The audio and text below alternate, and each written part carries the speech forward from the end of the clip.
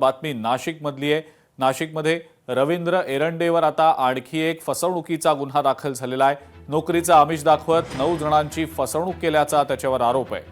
तब्बल 13,80,000 रुपयांची ही फसवणूक आहे। रवींद्र एरंडे याच्या घरातनं पोलिसांनी बनावट नियुक्ती पत्र सुद्धा जप्त केलेलं आहे। एरंडेनं निम्मी रक्कम रोख स्वरूपात स्वीकारल्याची माहिती देखील मिळतेय।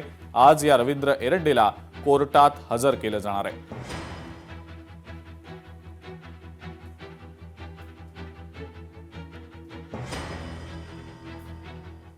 तर नाशिकच्या सातपूरमधील महिलांच्या लैंगिक शोषण प्रकरणातला संशयित आरोपी रवींद्र एरंडेला पोलिसांनी आपला चांगलाच हिसका दाखवल्याचं दिसतंय। तपासात सहकार्य करत नसल्यानं पोलिसांनी या एरंडेला आपला हिसका दाखवल्याची आता माहिती मिळतेय। कारण एरंडे लंगडत हात जोडत चालत असल्याचा व्हिडिओ आता समोर आलेला आहे। त्यामुळे पोलिसांनी आपला खाक्या या एरंडेला दाखवलाय असं सध्या तरी म्हणावं लागेल।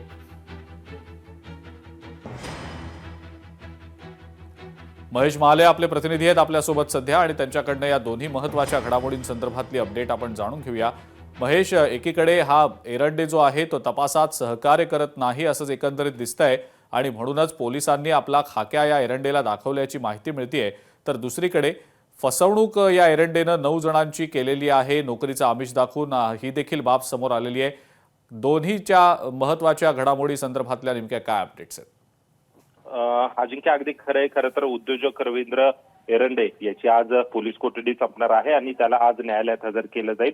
मात्र आपण जर बघितलं तर रवींद्र एरंडे याचे देखील लैंगिक अत्याचाराचे जे प्रकरण आहे ते पुढे येताना दिसायला लागत आहे। सध्या नाशिकमध्ये आपण जर बघितलं तर 3 लैंगिक अत्याचाराच्या घटना घडलेल्या आहेत। याच्यामध्ये या महिलांचे अश्लील व्हिडिओ काढणाऱ्या रवींद्र एरंडेवर गुन्हा दाखल करण्यात आलेला होता आणि आता पुन्हा एकदा त्याच्यावर फसवणुकीचा गुन्हा दाखल करण्यात आलेला आहे। नोकरीचा आमिष दाखवून 9 लोकांची त्याने 13 लाखांची फसवणूक जी आहे ती केलेली आहे आणि चौकशी दरम्यान रवींद्र एरंडे याच्या घरातूनच पोलिसांनी अनेकांचे बनावट नियुक्ती पत्र जे आहे ते सापडलेले आहे पोलिसांना। त्यामुळे एकूणच जर बघितलं तर रवींद्र एरंडे याचे देखील जे कारनामे आहे ते आता बाहेर येताना आपल्याला बघायला मिळत आहे। लैंगिक अत्याचारानंतर फसवणुकीचा गुन्हा जो आहे तो त्याच्यावर दाखल करण्यात आलेला आहे। या सगळ्या पार्श्वभूमीवर आज रवींद्र एरंडे यांची पोलीस कोठडी जी आहे ती संपणार आहे, त्याला न्यायालयात हजर केलं जाईल।